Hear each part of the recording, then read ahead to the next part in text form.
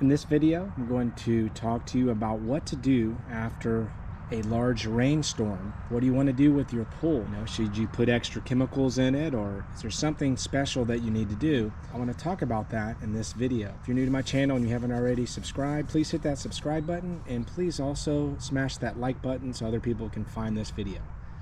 So this particular customer experienced a lot of flooding and rain. Now, it does not appear to be super bad. You're going to lower the water down. As long as you don't have any liner issues where the liner's floating or anything like that, you're going to lower the water down. Then I suggest cleaning the filter if it had been running during the storm.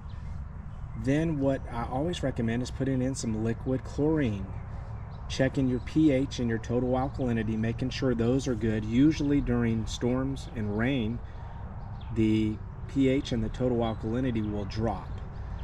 So be prepared to raise that, more than likely with sodium bicarb, which is baking soda. So that's usually what I do. And at this pool, I know that the total alkalinity and the pH is going to be on the lower side. So what I'm prepared to do is go ahead and put that in today. And the water level is good because we have a drain over here. So we have a drain right there.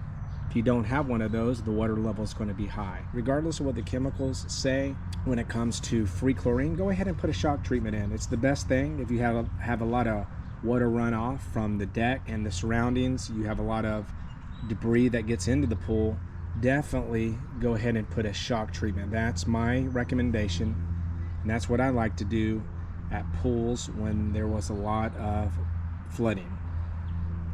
Okay, well, I hope you liked this video, and I'll see you in my next videos. Thank you.